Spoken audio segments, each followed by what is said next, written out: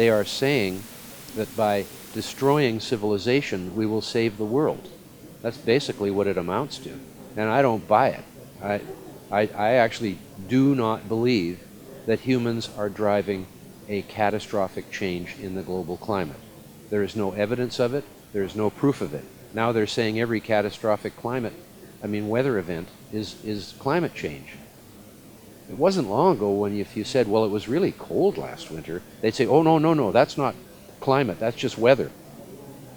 Now all they talk about is the weather, because that's all they've got left to hang their hat on, is catastrophic weather events. But if you actually look at the statistics of catastrophic events, there is no increase. As a matter of fact, there's a decrease in hurricane activity, there's a decrease in tornado activity, and those kinds of weather events, that's what we would expect from a warmer world. Because when the world warms, it warms more in the northern and southern than it does in the equatorial. So the equator stays pretty much the same, while the northern and southern areas warm up. So the difference in temperature between the poles and the tropics becomes less. And it is the difference in temperature between the poles and the tropics that causes the extreme weather of hurricanes and tornadoes clashing. That should theoretically mean that increased warming will reduce extreme weather events of that nature. And that's what we're seeing now, so maybe it's true. So what would be the best thing that could happen here in Paris in terms of this UN conference and beyond? What should happen with this whole UN FCCC and this whole entire industry movement, whatever you want to call it, that's built up around the AGW theory? Well, what's happening is not so bad, actually, because there's not going to be any legally binding treaty or any legally binding provision coming out of this conference. China and India, even though they like to make it look as though they're being cooperative because they're very polite, they're not going to do anything radical to change their direction, which is basically to give their people energy and to build their economies into a state where the people have good health care and clean water, and hopefully they'll clean up the air.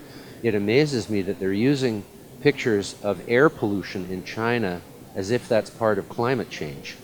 Because now we've been taught to think that carbon dioxide is a pollution. And so I think they're using that because they'll think that, oh, you can see the carbon dioxide or something, but all you're seeing is smoke.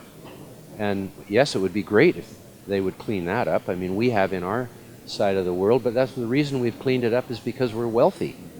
And there's a very clear curve. As countries become industrialized, the pollution gets worse and worse and worse, until people finally have enough money that they look around and they go, hey, I got enough money, I can pay a little more to get that cleaned up because I don't like breathing this dirty air, and then it goes down. And that's happened in all the Western industrial countries. The water's cleaner, the air is cleaner. Back in the Greenpeace day in the late 70s and 80s, every river in Europe was dead from industrial pollution. And that's been cleaned up. And the same thing needs to be done in China and Indonesia and India. That's where the resource should be going. At the same time, actually, I think Modi is the most impressive world leader today. He's a modernist with a lot of traditional values. And what he wants to do is give 300 million people electricity and toilets. It seems to me that's not a bad priority. But in order to do so, he's going to have to build a lot of nuclear plants and a lot of coal plants. Now, Greenpeace was in there agitating against the coal plants and nuclear plants and against the agricultural revolution in using genetic science to improve productivity. And they have had the guts to kick him out because they said, you're interfering with our economic security. And I think that's correct. It's a kind of sedition. And the same thing's happening in Canada, with hundreds of millions of dollars flowing from the United States, where oil and gas production are going up to stop our oil fields in Canada and stop our pipelines from going to the sea.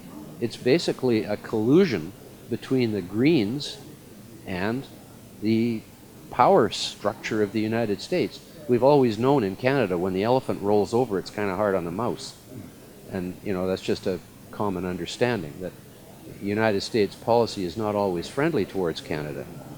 And It certainly isn't in this case, because we're basically they're trying to deny us access even to our own markets. What is, if you have any insight into this, what is the agenda? Why are there 40,000 people gathered right outside the city blabbering about carbon dioxide being pollution and really deindustrializing our society? What is it that they actually want?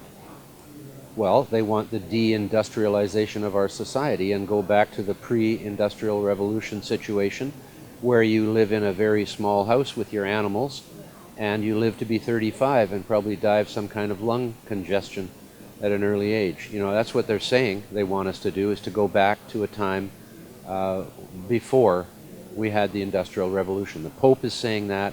I think Prince Charles is saying that. Leonardo DiCaprio in his giant yachts and private jets is saying that. I think it is a fad. I think it's similar to fashion, only it's lasting a very long time. It's not just flavor of the month. This is flavor of the 2 decades so far. And it's about time it ended, because it has no basis in science. It has no basis in any real understanding of how this world works. And it is a definite threat to the further uplifting of billions of people in the world out of poverty and the maintenance of the good life that we have found ourselves in, because there is no doubt that the energy systems that we've developed to give us 24/7 electricity, energy to move around and move our things around, our goods and services, that has made us live twice as long, have much more personal freedom and prosperity. Now, freedom and longevity and prosperity are all good things. And so before we destroy those things, we should think twice or 10 times.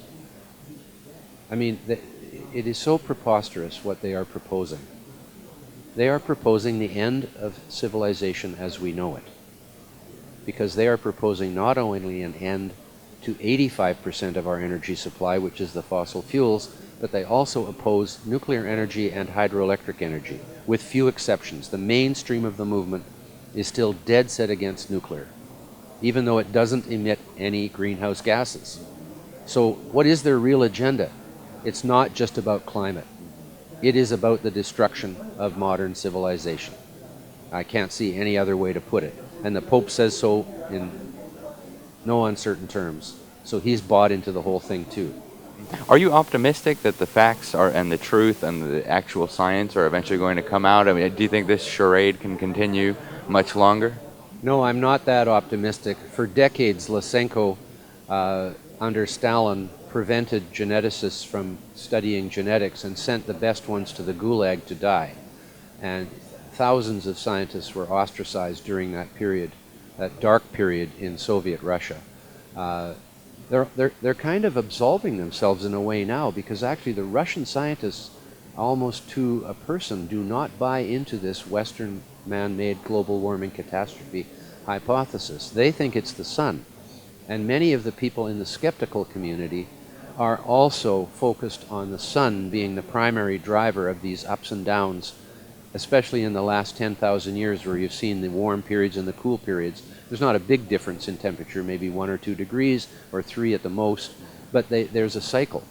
And a lot of people think that's tied into solar cycles.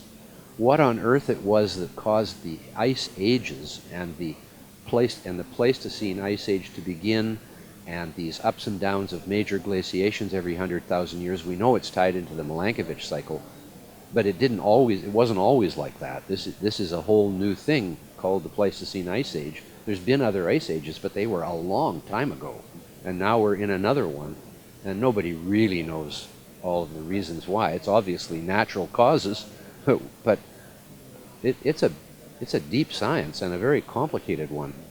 As the IPCC said in its 2001, I believe, report, it said, the climate is a chaotic, coupled, non-linear system, and therefore future climate states cannot be predicted.